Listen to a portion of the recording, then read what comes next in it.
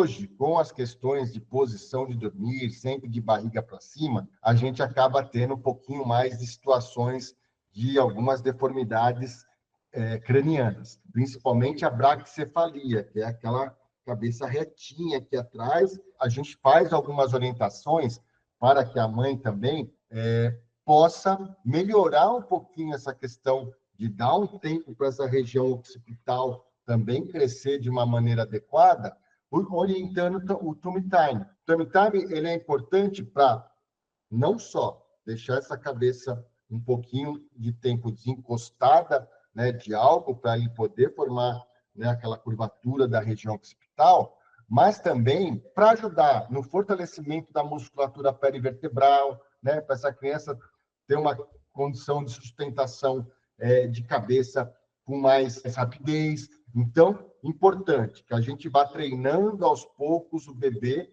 mas aí de barriga para baixo, de a criança acordada ou no seu colo, né? Então, no seu braço, deixar a criança apoiada de barriga para baixo e mexendo a cabeça e tentando deixar com que a cabeça fique livre para ela tentar fortalecer.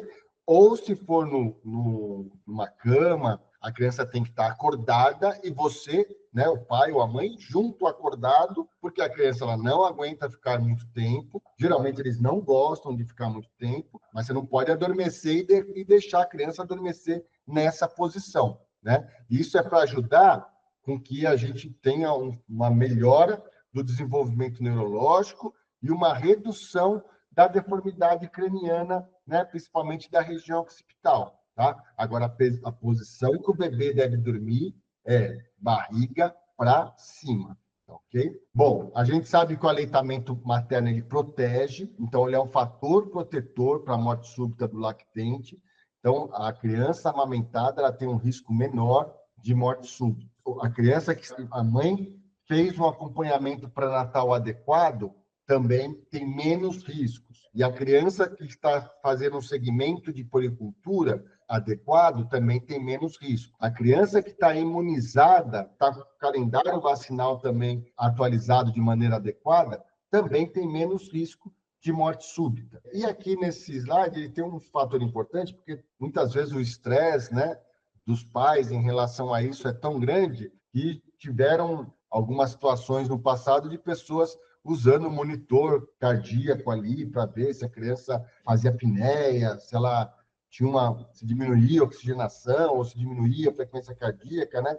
Então, a orientação é que o uso de monitores cardiorrespiratórios para reduzir o risco de morte súbita não tem indicação, porque não há comprovação de que esses monitores sejam efetivos em reduzir a incidência da morte súbita no lactente. Bom, e outro fator que é importantíssimo é a orientação constante dos pais, cuidadores, familiares que muitas vezes ficam com essas crianças, as creches, né, escolinhas. Então, os profissionais de saúde, eles devem falar dos fatores de risco, tá? E esse tipo de orientação já desde os grupos de gestante, a gente poder orientar de maneira adequada, e depois nos grupos, nas consultas pediátricas e nos grupos de amamentação, nos grupos de puericultura. E fazer com que essa informação se dissemine, né? Que não fique só ali com o pai e com a mãe, porque muitas vezes o bebê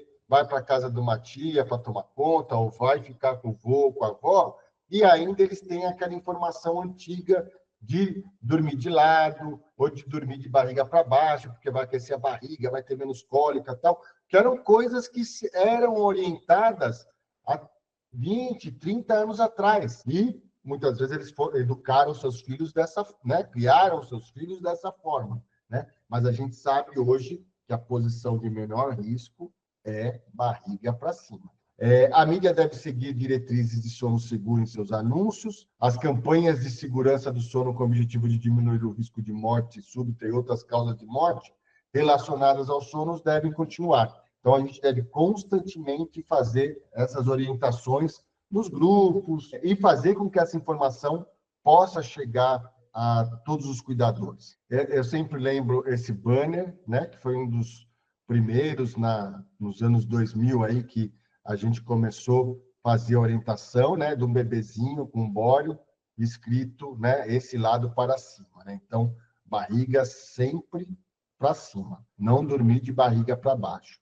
Aqui, um berço, né, que demonstra para a gente em relação ao sono seguro, né? Então, você vê um bebê que está num berço de barriga para cima, sem nenhuma outra criança ou outra pessoa junto, o berço sem aqueles protetores do berço, de berço em volta, né? A mãe pode falar assim, nossa, mas se ele encostar a cabeça nessa madeira aqui, ele não vai fazer um TCE porque ele encostou a cabeça numa ripa dessa. Agora, se tiver o protetor de berço, que são aqueles almofadados que ficam em volta, se ele encaixar ali, ele não consegue desencaixar. Então, a criança deve dormir sem protetor de berço, sem outras coisas no berço. Você vê, um cobertor é uma criança que está mais agasalhada e os braços por cima da coberta. Então, essa é a orientação adequada. Então, olha, esse bebê de barriga para baixo, do lado direito, a gente percebe que quando a criança dorme de barriga para baixo, o esôfago ele fica por cima da traqueia. Então, qualquer conteúdo que reflua, ele vai poder entrar pela traqueia. Quando a criança dorme de barriga para cima, a traqueia fica por cima do esôfago, né? Então, é mais difícil de você ter um retorno de alimento que entre pela traqueia, né? A traqueia estando por cima. Então, isso é importante mostrar para os pais, né? Entendeu? Para eles poderem ter a compreensão que é um risco menor. Importante, né? Acredito que é importante a gente fortificar essa questão da posição. O pai pode virar e falar, ou a mãe fala assim, nossa, doutor, mas e se ele vomitar? Não vai ter risco, porque ele está de barriga para cima, tal. Então, por isso que, ou se ele regurgitar, por isso que hoje a gente orienta. Depois que mamou, pelo menos esperar a criança rotar e pelo menos uns 15 minutos ali com a criança em pé no colo, e aí já vai dar tempo de ter um certo esvaziamento gástrico ali, aquele estômago já não ficar sob uma tensão tão grande e o risco de um refluxo de um volume muito grande fica diminuindo. Mas, mesmo assim, a criança, de preferência, estar no quarto dos pais, porque se tiver algum engasgo, alguma situação de regurgitação que a criança engasgue, os pais aumentam a potencialidade dos pais terem a percepção daquela situação. A gente sabe que, em 92, não existia a orientação de dormir de barriga para cima, então você tinha um percentual alto de crianças que dormiam de barriga para baixo. A gente tinha um coeficiente de mortalidade por síndrome de morte súbita de 1,2 para cada 1.000 nascidos vivos nos Estados Unidos. Em 2000, já com a orientação da mudança do decúbito, já caiu para menos da metade. Tá? Então, você vê como é importante a gente poder, com uma orientação simples, diminuir o coeficiente de mortalidade.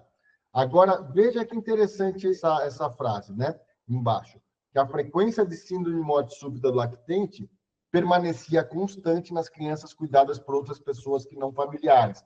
Porque muitas vezes o pai e a mãe têm a informação, mas os outros cuidadores não têm, né? Então, a gente tem que fazer com que a informação possa chegar nos outros cuidadores.